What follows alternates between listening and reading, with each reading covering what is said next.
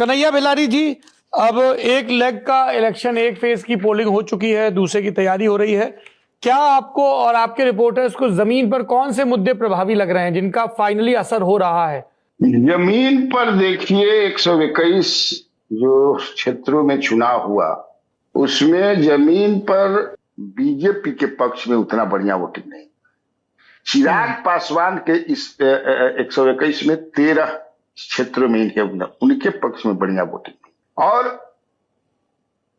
प्रशांत किशोर का मैंने कई क्षेत्रों में देखा कि उनका कलवाला में भी, आप देखिए कलवाला में मैं आपको बता दूं कि जैसे आपको जो है दरभंगा में आर.के. मिश्रा खेल बिगाड़ेंगे, सहरसा में किशोर कुमार मुन्ना खेल बिगाड़ेंगे, वहां से आई.पी. गुप्ता खड़ा है, समस्तीपुर में डॉक्टर विनोद खेला बिगाड़े, कुमरान में के.सी. सिन्हा खेला बिगाड़े, दीघा में बिट्टू सिंह खेला बिगाड़ेंगे।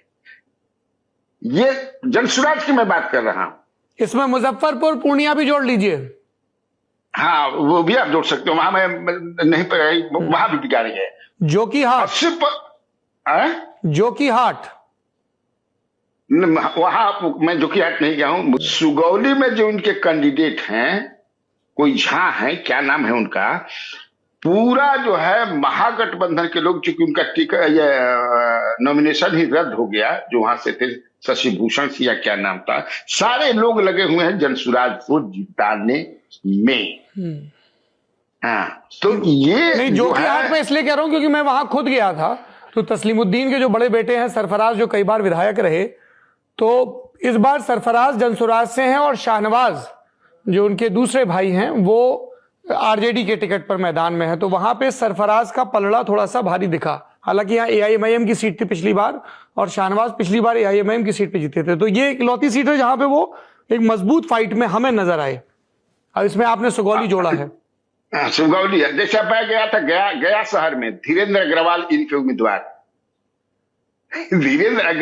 उम्मीदवार है।